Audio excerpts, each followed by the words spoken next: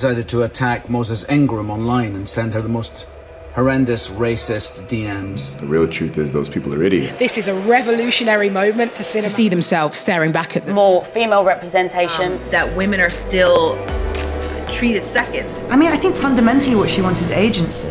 I've been wondering, does Hollywood hire actors that think and talk similarly, or do they force them to say the same things? I'm not sure if either is true or what could be worse. Because even though it's not making anyone happy, Sofia Nombet, who's playing and the first female dwarf to ever truly be seen on Rings of Power, keeps delivering interviews one after the other where she delivers the same plot points, answers. It is so time for us to expand the accessibility. Playing the first female dwarf. And I know that there are many, many women out there, like myself, who will be able to connect with her. And I've also been wondering, studios know this kind of actions makes fans angry, but it probably keeps studio executives, shareholders and access media happy.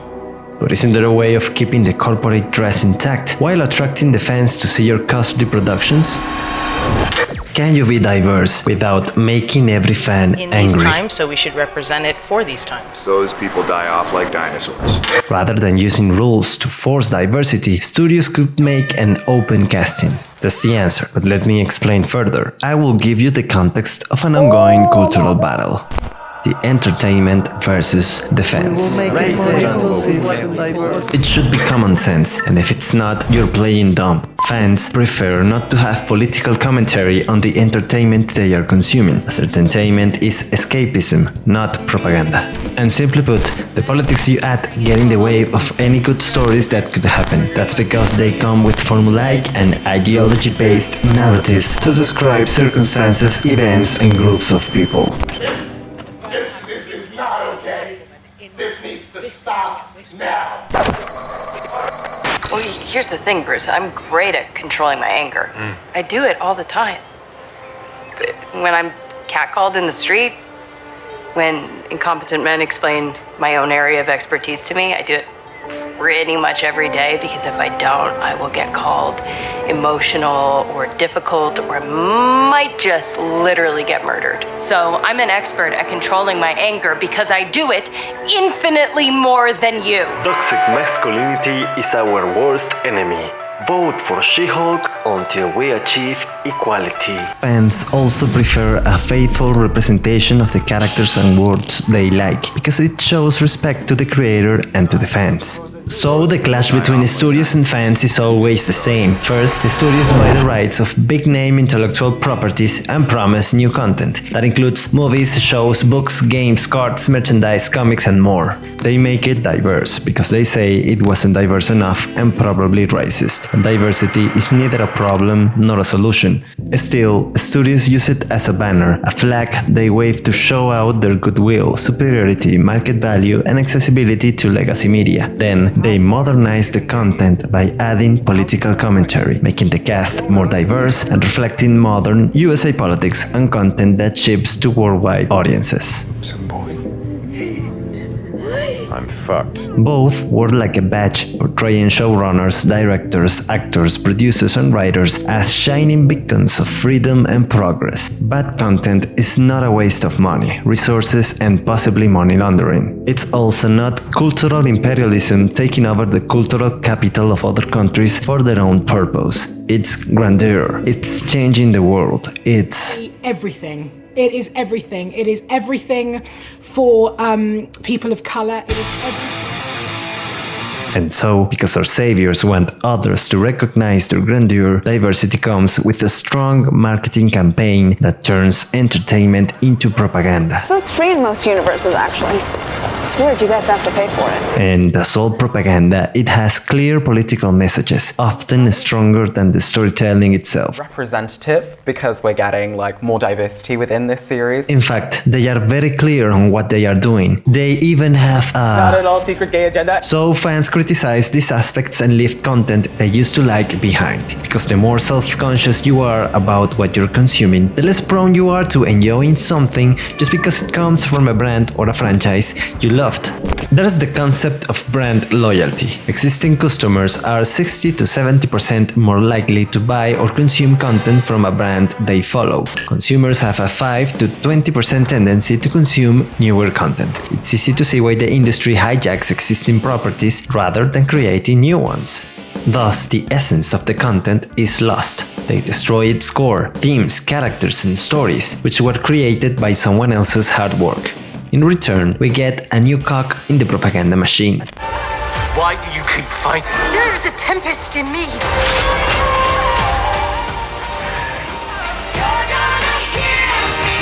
Facing a sudden lack of audience and a rising amount of criticism, the studios use their full might to launder their image. They need to look successful if they want to retain their value. After all, their value as a brand is what lures most people to their content. So the entertainment industry, legacy media, and Twitter bots put these critics under the rock. Then they cover the rock with the names they are using to describe us. Perhaps doing so, they can maintain their image in front of the public and their corporate peers. So they say, forced diversity or forced representation is a mask where we hide our many hateful attitudes. Such is their conclusion, a loose generalization based on thin evidence like non-positive comments, dislikes, or simply the lack of audience. But forced diversity does exist. It's a policy studios enforce. Is there forced diversity in modern Western culture? The diversity, equity, and inclusion trio started in the 1960s. Training within workplaces started in countries like Canada, England, France, and the United States. It happened after the introduction of affirmative action and equal employment laws. The training originated to combat the racial discrimination that had existed for centuries before. Many decades later, it has evolved and permeated all aspects of society, government, and corporations in the Western world.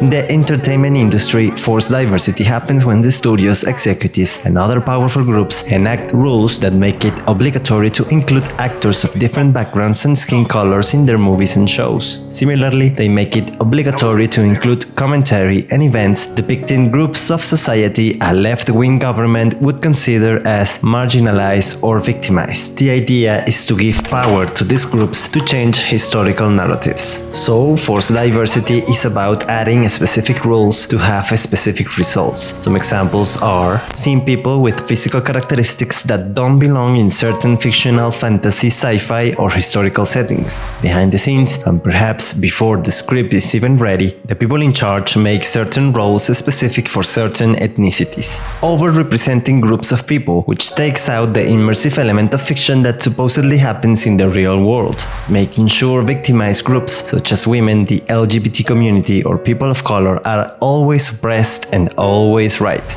making sure white men are always wrong and either immediately evil or undoubtedly dumb. Also, even before the script is ready, creators make sure to add political topics to the content, regardless of how it fits. Additionally, we're seeing an increasing number of non-athletic actresses in action roles. Writing a compelling and believable female action hero takes talent, which is scarce nowadays. Action generally looks good on actors and actresses capable of doing some stunts at least. Moreover, it looks better on people with imposing and strong bodies, unless the actor is in a suit, of course. Otherwise, directors and editors need cheap tricks to make it work. Those tricks are excessive cuts, stunt doubles, CGI, silly choreographies, shaky cams, and harnesses to make up for the lack of experience, practice, or talent in the genre. There are additional collateral damages here. Modern female heroes are basically dudes in everything but aspect. They rush into action, they are emotionally unavailable and non-empathic. They are headstrong and impulsive, and their place is on the battlefield.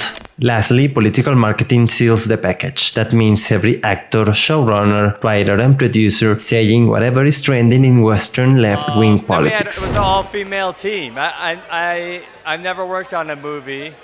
The orders come from special departments in almost every major studio. Across different corporations, we can find similar divisions doing similar things. For example, Warner Media has a diversity, equity, and inclusion division. So, on HBO's House of the Dragon, the white showrunners didn't want to see a bunch of white people on screen. So, we've got a black man in a white wig. Nevertheless, the actor does a fine job. It's so good that he feels like a natural part of the world. Remember that. Another example, Disney, a mega corporation and an evil entertainment monopoly, wasting millions of dollars on bad content, cares about people. They want to change the world, so they've got a diversity and inclusion department as well. And they included the black man as co-protagonist for the sequel Star Wars trilogy. On a quest to become a Jedi, I'm kidding, he's a mumbling ex-janitor made by a diverse selection of directors, writers and producers. One last example is Amazon's Diversity, Equity and Inclusion division. So, under the leadership of Jeff Bezos, Laura Weber, and the showrunners, all very diverse as you can see, we've got first female dwarf to ever plus a whole marketing campaign about how they are readdressing balance, equity, adding diversity into the show, diversity, and making Tolkien more accessible to younger audiences, inclusion. Yeah, I think Hollywood makes actors, directors, writers and producers say the same things for a check. It's how they make everything sound so similar, wrapping up nicely into the trio of concepts they have. Equity as understood by Karl Marx, from each according to his ability to each according to his needs. It's a solution to empower discriminated communities, quote unquote. It comes without the context to understand why or how the discrimination is happening. Similarly, it doesn't have a basis to understand how or why privilege happens and what you can take away from it. Diversity is understood as the inclusion of people of different races and cultures into an organization. It's a solution to include non-Caucasian actors on shows and movies to supposedly represent different groups in society. The entertainment industry understands representation as seeing someone who looks slightly like you in movies and shows. You know, we look like the world. For so long, we've seen superheroes that have looked like a small percentage of the world. Hollywood has a massive sense of self-importance, so they emphasize their ability to reflect different cultural groups with their casting choices. Of course, this reflection is limited to their worldview, which often doesn't go further than LA. Looks are a superficial trait though. Giving significance to looks leads to ignorant discrimination, so representation comes without substance and within bad content. Sadly, diverse characters rarely display identifiable human values, emotions, or challenges. However, we connect by seeing how fictional people react to the circumstances they face and how they relate to the people around them. Trials, tribulations, and personal relationships should display a humanity we can understand or even link to personal experiences. So no, Hollywood, you're not representing anyone, much less with a cast of increasingly egocentric, destructive and vicious actors, not to mention writers, directors and executives who probably don't know that Mexico is a country, not a Californian restaurant. I'm non-binary, I don't want to be searched by a man. I'm transgender, non-binary, and I don't want to be searched by a man. I claim my... Lastly, inclusion is defined as the act of accommodating people who have been historically excluded due to their physical, cultural, and religious backgrounds. In theory, it should be about giving significant contributions to the newer groups in the environment. However, these contributions obeyed political messages rather than organic storytelling within fictional or historical universes. Their journeys feel unearned and unnatural. We spent the last 10 years looking for him. Maybe you've been looking in the wrong places. Do you want to keep doing this without making every fan angry? Or if you do an open casting rather than enforcing rules, so for example on Rings of Power, you could have said, "Hello, I'm JD Payne. I clarified that we made an open casting for our show, so we accepted talent from all backgrounds and physical characteristics. No mention of race, gender, religion or cultural heritages, okay?" Then you present your cast of actors and emphasize how you selected the best person for each job from a wider pool of talents. Sometimes an actor that looks like the character is also perfect for the role.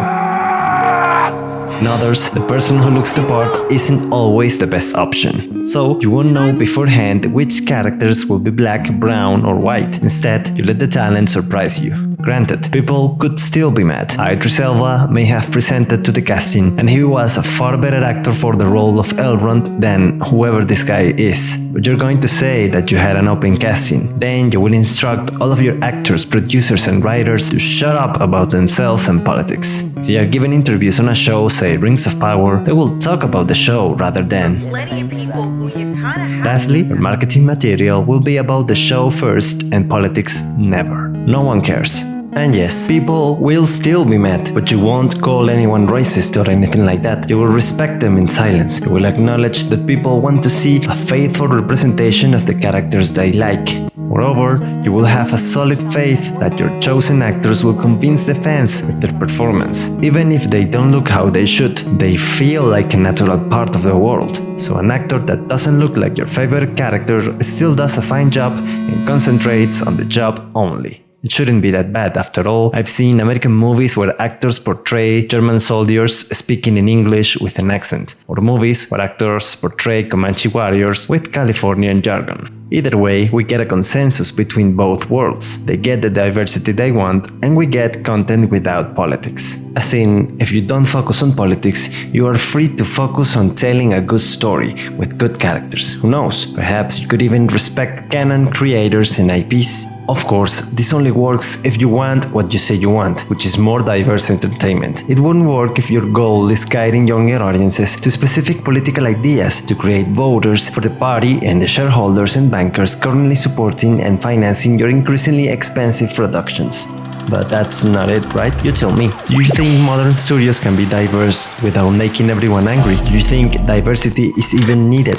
Maybe we should imagine that movies are just movies and that they could still protect cultural heritages, even if the people don't look like the culture they are portraying. Maybe the industry should remember we're consuming content as entertainment in our downtime with friends and family, while eating popcorn and drinking soda. It's not a time for lectures. Leave your comments down below and keep the section civilized.